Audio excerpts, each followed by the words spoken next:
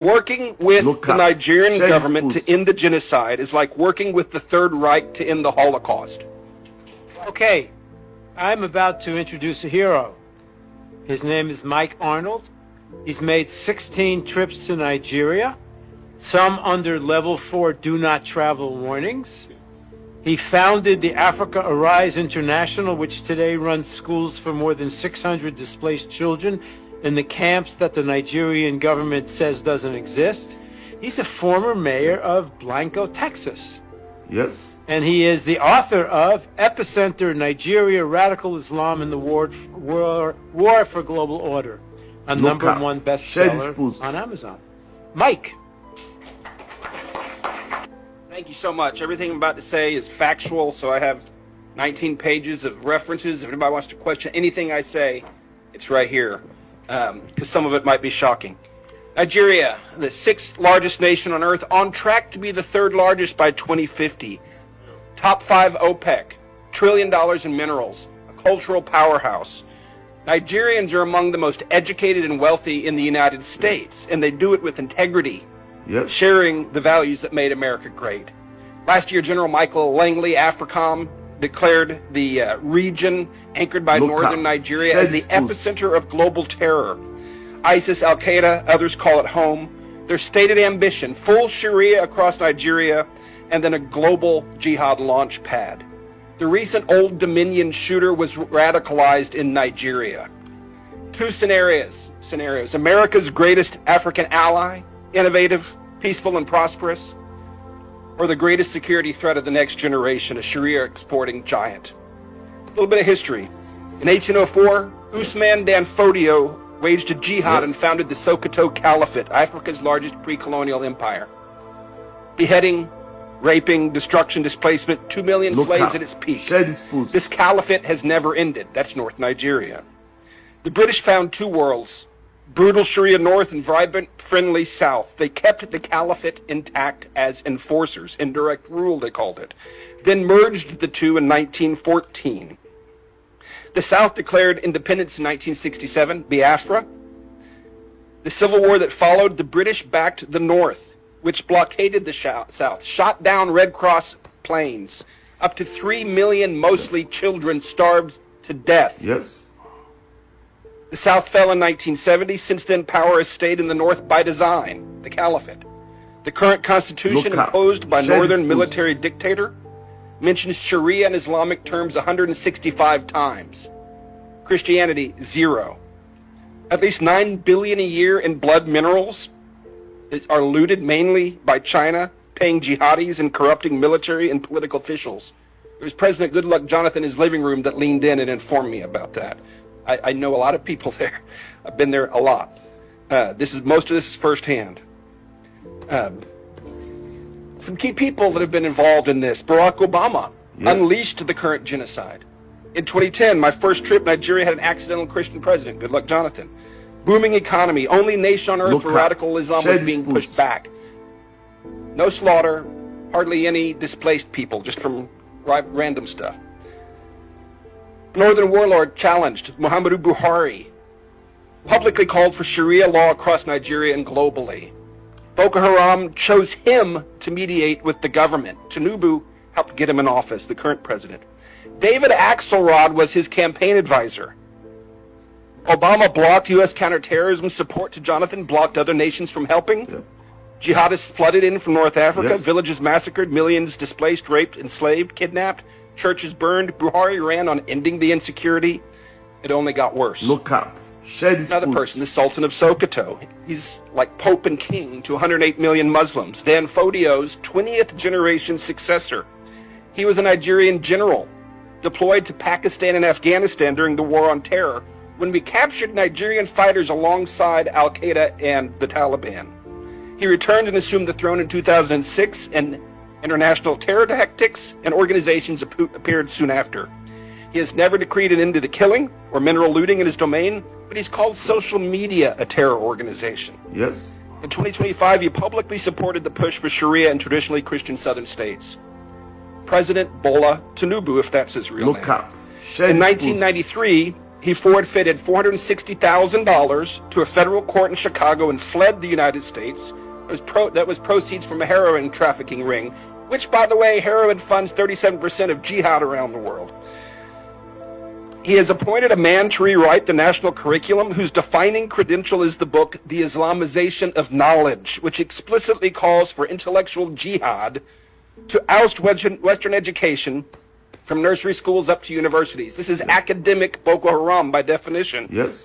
And this is the guy that Tinubu put in charge of the curriculum of 50 million African Nigerian children. His new defense chief called the terrorists prodigal sons who deserve rehabilitation. That's the defense chief. NSA Nuhu Rabadu personally called me on October 5th to be Nigeria's Jane Fonda. It is documented he armed Miyadi Allah, the Fulani militia chaired by the Sultan and named in HR 7457 for potential FDO organization. He has publicly called the terrorists brothers. Mossad Bulus, Trump's senior advisor for Africa and the Middle East, holds multiple citizenships, including Nigerian, lived in Lagos for decades. He parrots verbatim talking points of terror-linked northern imams. He is CEO of his family company, which currently profits from multi-billion-dollar no-bid contracts issued by the Tinubu administration, issued to his business partner. He sells the heavy equipment to build the no-bid billion-dollar, $13 billion in projects. This is Trump's senior advisor. He's also Tiffany Trump's father-in-law. Examples of ongoing failures and impunity. Ingoshe, Borno State, wiped out in the Goza massacre of 2014. The government recently assured refugees in Cameroon it was safe for them to return, paid them to return. Within weeks, on March 3rd, Boko Haram slaughtered dozens. More than 300 abducted into slavery, including the wife and daughter of a friend of mine. Share this post. The military was largely AWOL. The attacks continue there. Deborah Samuel Yakubu, 2022, college student. After finals, she posted on WhatsApp, "Jesus is the greatest. He helped me pass my exams." The next day on campus, as professors and police watched, she was beaten, stoned, tires heaped on her, and burned alive, while students filmed selfies in front of the flames, celebrating. The deputy imam of the National Mosque, who performed President Buhari's daughter's wedding, publicly justified the killing within 24 hours on his own Twitter account. No one was punished. Nnamdi Kanu, British-Nigerian broadcaster from London, illegally abducted from Kenya, tried under a defunct law, now serving life in Sokoto prison for words spoken in Great Britain.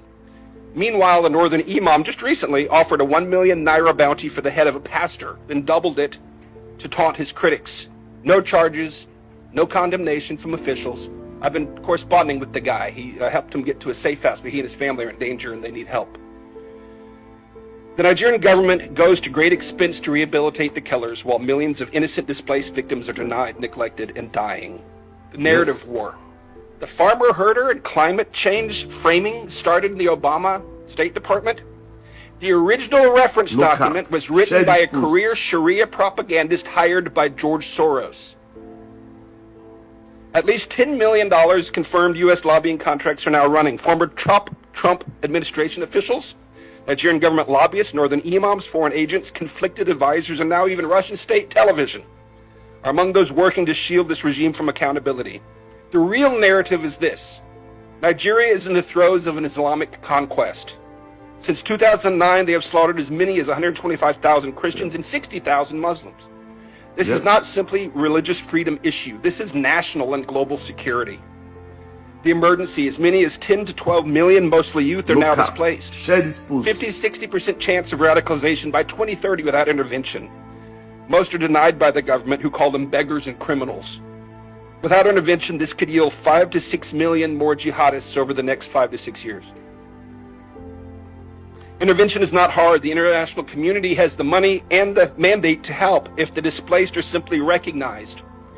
In 2015, the UNHCR documented multiple displacement camps in Abuja. Today, they deny those camps exist. I have run schools in those same camps since 2020. They do exist. I affirm the cycle of violence is not inborn or inevitable. A lot of Americans write it off. Oh, that's just what they do. Yes, the children who saw their parents hacked to death often come to our schools wanting to go back and get revenge, but I can tell you, with an education, they gain character, hope, and vision, and they want to go back to rebuild. What must happen? Nigeria has long been strangled by radical Islamists, predatory extraction, globalist meddling, and institutional corruption. Working with the Nigerian government to end the genocide is like working with the Third Reich to end the Holocaust. Yes. They smile and spin as they wait for Trump to leave office. Since CPC designation, killing and impunity have only gotten worse. No cap. Sanctions Share will this not post. work. Visa bans will not work. They're ideologues, and they'll just pivot east.